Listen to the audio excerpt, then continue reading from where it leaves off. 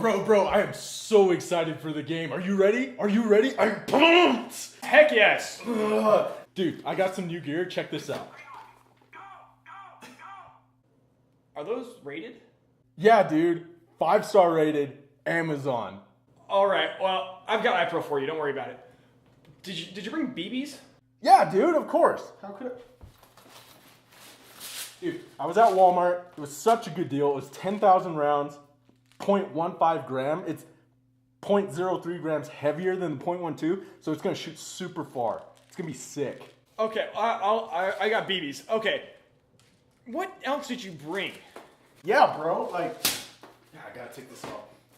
So, after all the Navy SEAL movies that I watch, I learned that 90% of being cool is looking cool. So I brought all this hair product because, you never know, right? I mean, Hollywood, we look so cool. So I just gotta make sure my hair's on point, you know? That's a valid point, actually. Okay. Oh, I got sustainment too. I got some snowballs. I got a bag of Twizzlers. I got Peeps. Peeps, bro.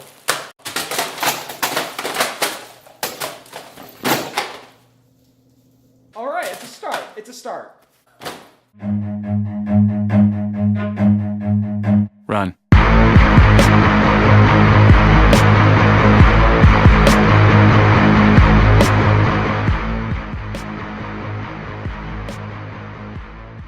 Hey guys, this is Jagger. This is Derrick, and we're from the East Idaho Airsoft YouTube channel. All right, guys. So we just showed you a wonderful example of what not to do when preparing for a longer airsoft game, a possible airsoft op, a light Milsim experience.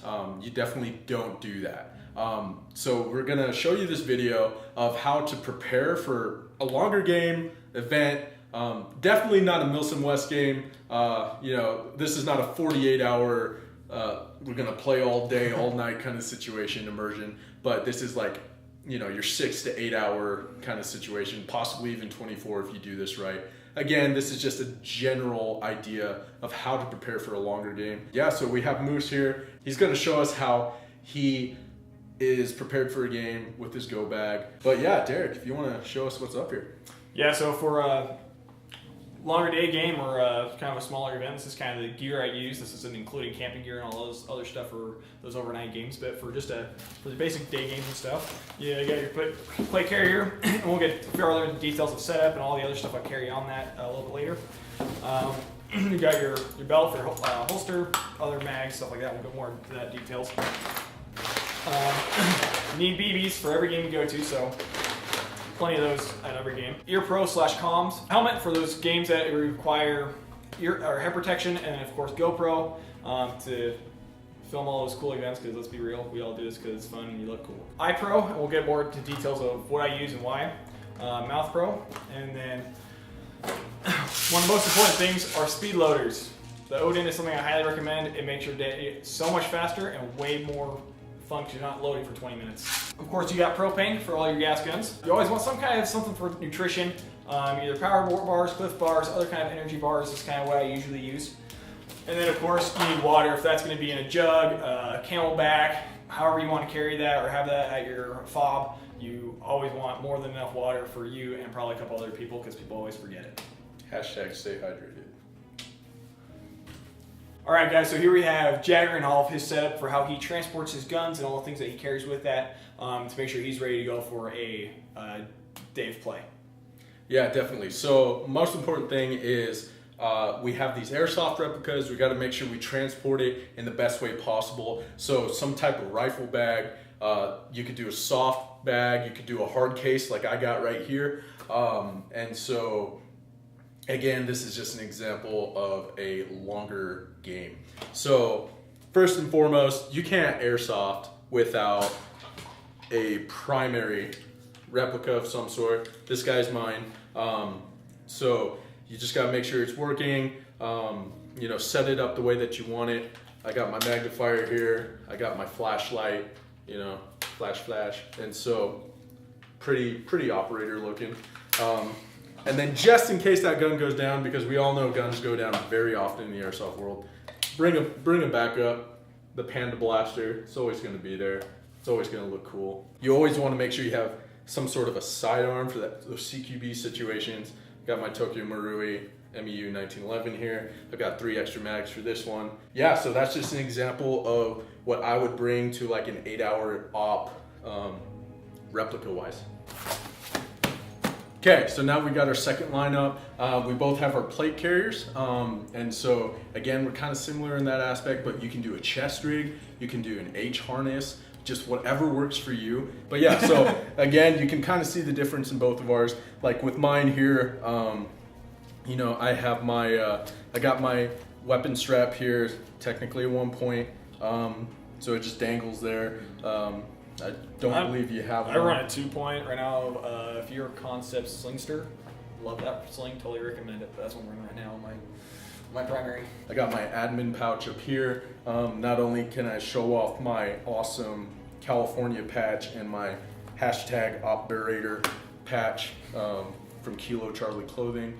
I normally keep a Leatherman in here. I keep a compass, my little alarm whistle. Let's see, and he's not running an admin pouch. Yeah, right? I don't really need it right now. I've never really had a use for one, but I do have my Delta Airsoft Group support patch from Kansas City, so shout out to you guys. But one thing that I know we both have is a way to carry some mags. We both run M4 style replicas, or at least ones that take M4 mags and N mags. I have a 6 double stack bungee retention one.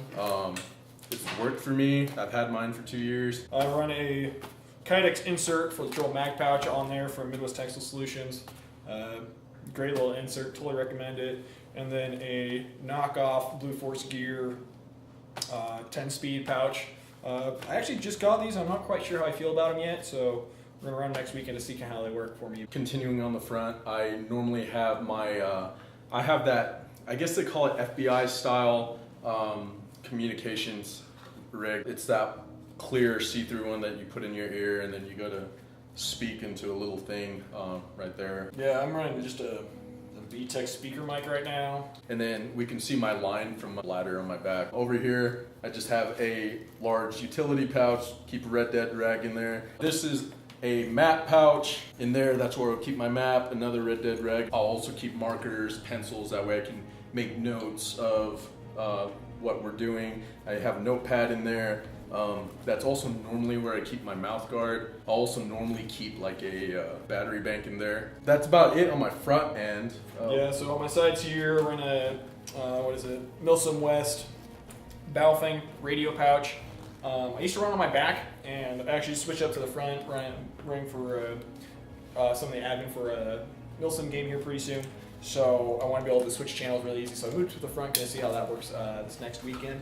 And then on the other side, I just have a double pistol mag pouch. I just run a basic Phoenix tactical light as well as just a Leatherman because you always want one of those on the field. So pretty slim sidewise. So on my back, I always carry this Tomahawk. I'm a huge CQB player. I used to use this quite a bit. I have this custom-made ATS back panel. It's supposed to be for breaching. It's that big like bungee area right there. You're supposed to put C4 in there and whatnot. Mm-hmm. Where my Tomahawk is, you're supposed to put some sort of door breaching equipment.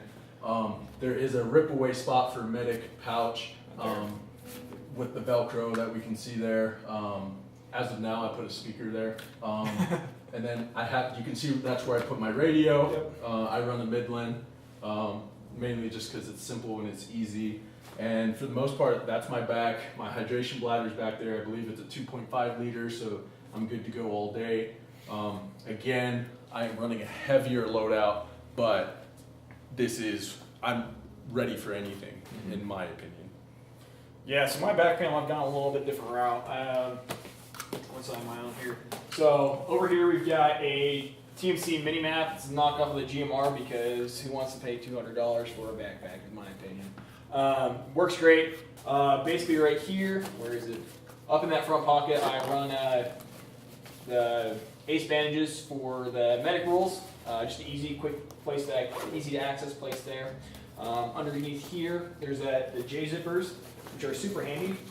but I run the Tremor grenades for blank firing. Super, super useful.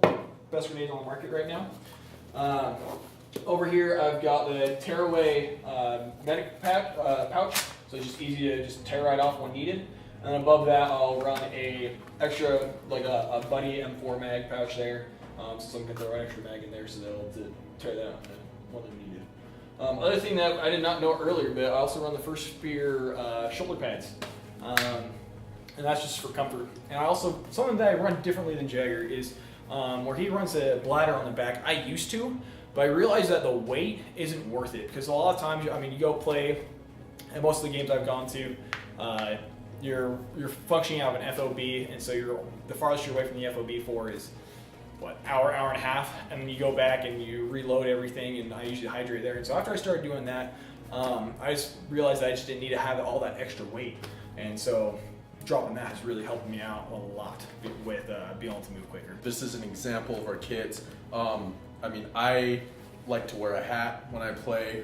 Moose likes to have a helmet. I would definitely recommend one. I just personally don't use it. I do own a helmet. I just never do it. Yeah, so I've had a couple of hand injuries where I have invested in a Real Team Wendy because I just realized my brain is worth the money. These retail for about $300, so it's not for everyone.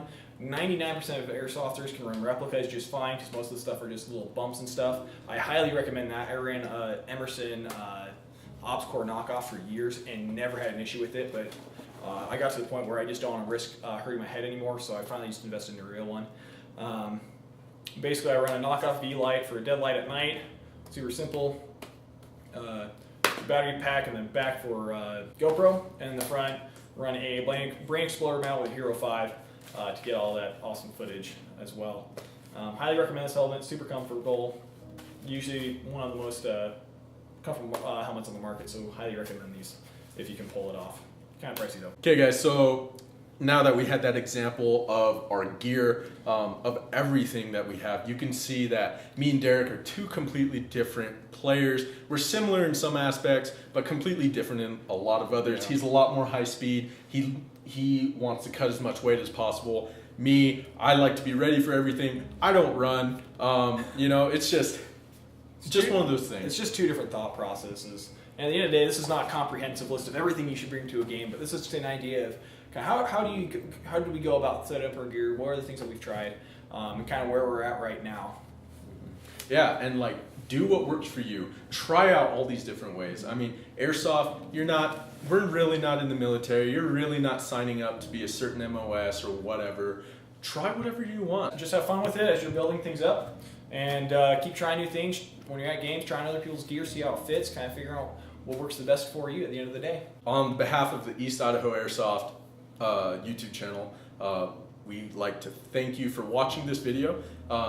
Please hit that like button, subscribe to the channel. We're going to come out with a lot more stuff. And you know, just comment down below. Let us know what you liked, what you didn't like, what you want to see in the future. And remember, we're a bunch of grown men with toy guns playing dress up. Stay frosty. Run.